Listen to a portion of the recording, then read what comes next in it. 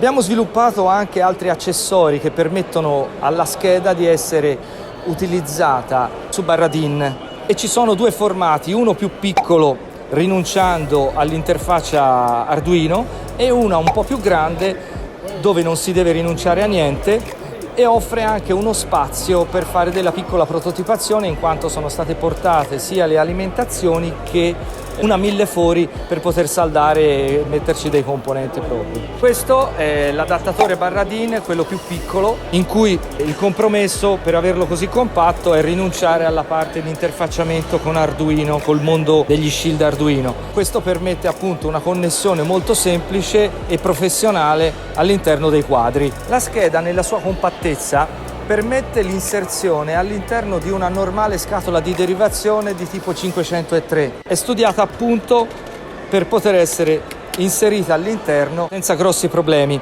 Ovviamente in modo completo, quindi compreso della scheda nero con tutte le sue contattazioni.